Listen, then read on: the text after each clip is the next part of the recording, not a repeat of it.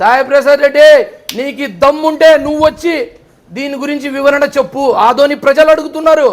మనోజ్ రెడ్డి గారు మీరు తెలంగాణలో షేవింగ్ చేసుకోండి దానికి మర్సిడీస్ కార్లో పోతున్నారు. మీరు ఒక టీ తాగేకి ఆడి కార్లో తిరుగుతున్నారు. అది ఎవరు డబ్బులు? ఆదోని ప్రజల డబ్బులు అయ్యా. అది మీరు దోచుకొని పోయి తెలంగాణలో ఎన్జిఓస్ హోమ్ మీద గతంలో ఏం జరిగిందో మనకు అందరికీ తెలుసు. ప్రజల కోసం ఉండాల్సిన స్థలాన్ని ఈరోజు అన్యాయంగా అక్రమంగా వైసీపీ గొడ్డలి పార్టీ ఆఫీస్గా మార్చేశారు. ఇది సాధారణ విషయం కాదు. ఇది ప్రజలపైన ప్రజల ఆస్తులపైన జరిగిన దోపిడీ. ఈరోజు చూడండి ఈ వైసీపీ వాళ్ళ డ్రామా. అధికారం పోయాక బోర్డు మాత్రం మార్చేశారు, ఆఫీస్ మాత్రం అలాగే పెట్టుకున్నారు. ఈరోజు ఈ మాట ఎందుకు చెప్తున్నానంటే దొంగతనం చేసి సాక్ష్యాలు కనిపించకుండా బోర్డు మాత్రం దాచేసినట్లుంది మా సాయి ప్రసాద్ రెడ్డి గారి వ్యవహారం. ఇంకొక మాటలో చెప్పాలంటే పాపం చేసి సాక్ష్యాలు కనిపించకుండా వీళ్ళు దాచిపెట్టి సమాజంలో మాత్రము నేను సత్యహరిశ్చంద్రుణ్ణి, నేను నీతివంతుణ్ణి, ఈ సమాజానికే నేను ఆదర్శవంతుణ్ణి అని చెప్పినట్లుంది మా సాయి ప్రసాద్ రెడ్డి గారి డ్రామా. ఒక సాధారణ దొంగ కూడా రాత్రి చీకటి సమయంలో దొంగతనం చేస్తాడు. ఎందుకంటే ఆయనకి ప్రజలంటే భయం ఉంటుంది. కానీ వైసీపీ అధికారంలో ఉన్నప్పుడు మా ఆదోని దొంగ సాయి ప్రసాద్ రెడ్డి గారు పట్టపగలే ఎన్జిఓస్ హోమ్ని దొంగతనం చేసి వైసీపీ పార్టీ కట్టేశారు. నిజంగా ఈ రాష్ట్రంలో ఒక గజ దొంగ జగన్మోహన్ రెడ్డి అయితే మా ఆదోని దొంగ సాయి ప్రసాద్ రెడ్డి అని బల్లగుద్ది చెబుతున్నాను.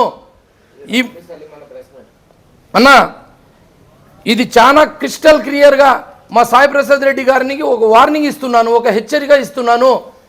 ఇది ప్రజల విజయము.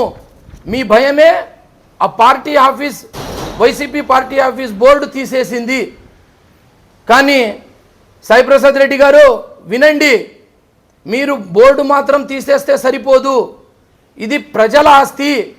మా ఆదోని ప్రజలకి వైసీపీ పార్టీ ఆఫీస్ తిరిగి ఇవ్వాల్సిందే. అన్యాయంగా అక్రమంగా దౌర్జన్యంగా వైసీపీ పార్టీ ఆఫీస్ కట్టినప్పటికీ ఈరోజు వాటిపై చర్యలు తీసుకునే సమయంలో కోర్టుకి వెళ్ళి లూప్ పాయింట్స్ వెతికి స్టేలు తెచ్చుకున్నారు. మేము న్యాయస్థానంని కోర్టులని గౌరవిస్తాము.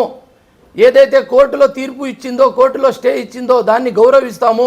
ఇది మా రాజకీయ పోరాటం కాదు, ఇది ప్రజల న్యాయం కోసం పోరాటము, ఇది ప్రజల హక్కుల కోసం పోరాటం, ఇది ఆదోని ప్రజల భావితరాల పిల్లల ఆస్తుల కోసము ఇది పోరాటం అని ఈ మీడియా ముఖంగా తెలియజేస్తున్నాను.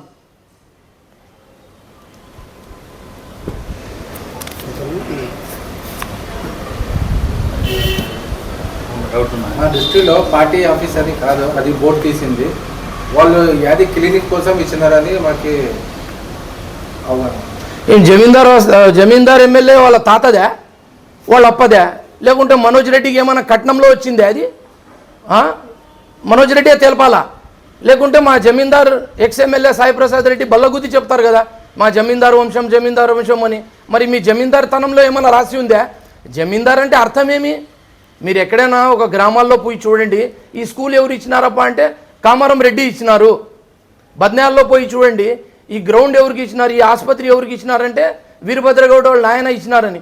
వీళ్ళు ఏమన్నా జమీందార్ ఎమ్మెల్యేలు అంటే ఏదైనా ఆదోన్లో ఒక 2 ఇంచుల స్థలమన్నా ఎవరికైనా ఇచ్చినారా? ఉండే స్థలాలన్నా కొట్టుకొని వీళ్ళు ఈరోజు ఏదైతే ఎంజిఓస్ హోమ్ ఉందో దాన్ని వైసీపీ పార్టీ ఆఫీస్ గొడ్డలి పార్టీ ఆఫీస్గా కట్టుకొని ప్రెస్ మీట్లు కూడా ఆడే చెప్తారు. వీళ్ళకి సిగ్గులేదు తండ్రి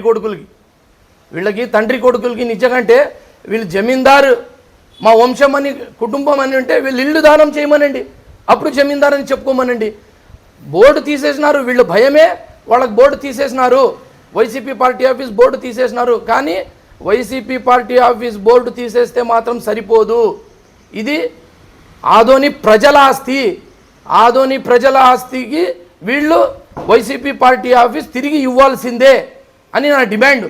కానీ ఈరోజు మేము పవర్లో ఉన్నాము, దానిపైన మేము చర్యలు తీసుకునే సమయంలో వీళ్ళు కోర్టుకు వెళ్ళి లూప్ పాయింట్స్ వెతికి స్టేలు తెచ్చుకున్నారు. మేము ఏదైతే అతి ఉన్నతమైన ఏదైనా ఈరోజు స్థానం ఉందంటే అది కోర్టు. అలాంటి కోర్టు తీర్పుని మేము స్వాగతిస్తాము, వాళ్ళకి గౌరవిస్తాము. ఎందుకంటే ఇది ప్రజల ఆస్తి, ఇది మా రాజకీయ పోరాటం కాదు, ఇది ప్రజల న్యాయం కోసం పోరాటము, ఇది ప్రజల హక్కుల కోసం పోరాటము, ఇది మా భావితరాల పిల్లల కోసము, వాళ్ళ భవిష్యత్తు కోసము ఆ ఎన్జిఓస్ హోమ్ ఉండేది. కానీ వీళ్ళు ఏదైనా ప్రెస్ మీట్ చెప్పాలంటే కూడా సిగ్గులేదు వీళ్ళకి. ఆ పార్టీ ఆఫీస్లోనే కూర్చొని చెప్తారు. మరి వీళ్ళ స్పెషాలిటీ ఏమంటే తండ్రి కొడుకులు వచ్చి జవాబీరు. వీళ్ళు ఎవరో సైడ్ యాక్టర్స్ ఉంటారు కదా, పేటీఎం బ్యాచ్, అలాంటి వాళ్ళని తెస్తారు. సాయి ప్రసాద్ రెడ్డి, నీకు దమ్ముంటే నువ్వు వచ్చి దీని గురించి వివరణ చెప్పు, ఆదోని ప్రజలు అడుగుతున్నారు. మనోజ్ రెడ్డి గారు, మీరు తెలంగాణలో షేవింగ్ చేసుకోండి దానికి మర్సిడీస్ కార్లో పోతున్నారు, మీరు ఒక టీ తాగేకి ఆడి కార్లో తిరుగుతున్నారు. అది ఎవరు డబ్బులు? ఆదోని ప్రజల డబ్బులు అయ్యా. అది మీరు దోచుకొని పోయి తెలంగాణలో పెట్టినారు. కానీ ఈ ప్రెస్ మీట్లో నేను ఏదైతే ప్రశ్నలు వాళ్ళకి అడిగినానో అది చెప్పాలంటే సైడ్ యాక్టర్లు పేటీఎం బ్యాచ్లు కాదు, తండ్రి కొడుకులు వచ్చి చెప్పాలా. మీకు ఏం జగనన్న వీళ్ళనా నీకు దొరికింది ఈ పార్టీలో? 25 ఏళ్ళు 30 ఏళ్ళు దోచుకున్నారు కదా మా ఆదోనికి వీళ్ళు తండ్రి కొడుకులు, దోచుకొని కోట్లు చేసుకున్నారు. 2004లో వీళ్ళు ఎలక్షన్ అఫిడవిట్లో ఏమి ఇచ్చినారు? కేవలం నాకు ఒక ఇల్లు ఉంది, అది కూడా 5 మంది అన్నదమ్ముల మధ్యలో ఉంది అంటున్నారు.